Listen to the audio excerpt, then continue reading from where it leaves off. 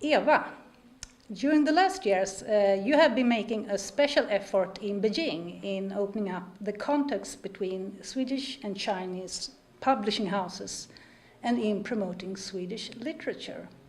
Can you tell us a little about this? Yes, well, about 3 years ago, we could realize that there were a huge demand of foreign literature in China, and especially children's literature.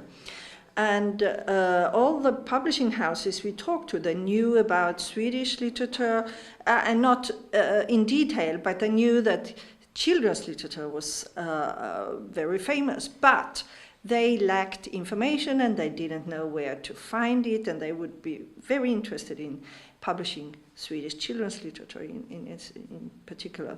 So we started a newsletter to fill this gap, to send out to these Chinese publishing houses, and we kept networking to find even more publishing houses.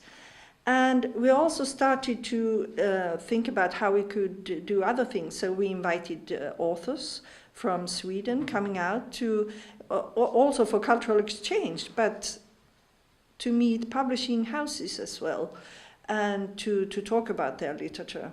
And last year we had a Swedish pavilion at the Beijing International Book Fair, and that generated. We also had authors, we had illustrators, and we had publishing houses coming out from Sweden. And the theme was children's literature.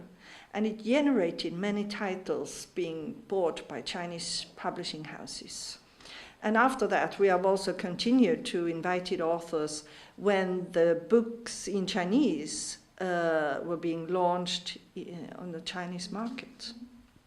So about how many children's books from Sweden are now on the Chinese market? Can you mention a few titles and writers? Well, exact how many titles I cannot say. I don't have those figures with me. But as an example, our very famous Martin Widmark, his titles, I think it was 30 titles being sold after our efforts at the book fair last year. So that's only one example.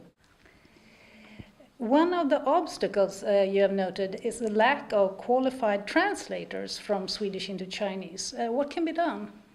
Well, first of all, it's not enough to only teach Swedish at Chinese universities, because people studying languages are not necessarily having a literary mother tongue. And that's necessary if you're going to translate literature.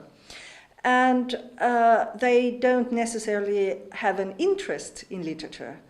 You have to have passion for literature, you have to have a good mother tongue with a literary language, and you have to know the original language where the books are written in to be able to do the job, because it's a lousy pay.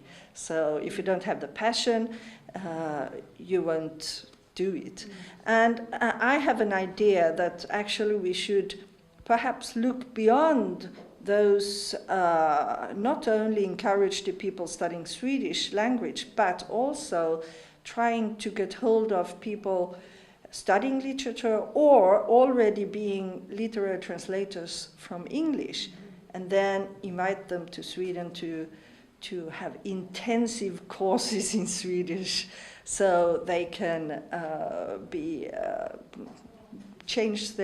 more competitive at the market, because everybody knows English, and they would most probably have a passion for literature as well. Good idea. A last question. The popular children's book character Alphonse Åberg, in English Alfie Atkins, was launched this year at the Beijing International Book Fair. And can you tell us, what is Alphonse called in Chinese? He's called Fei. Thank you, Eva. Thank you. Thank you.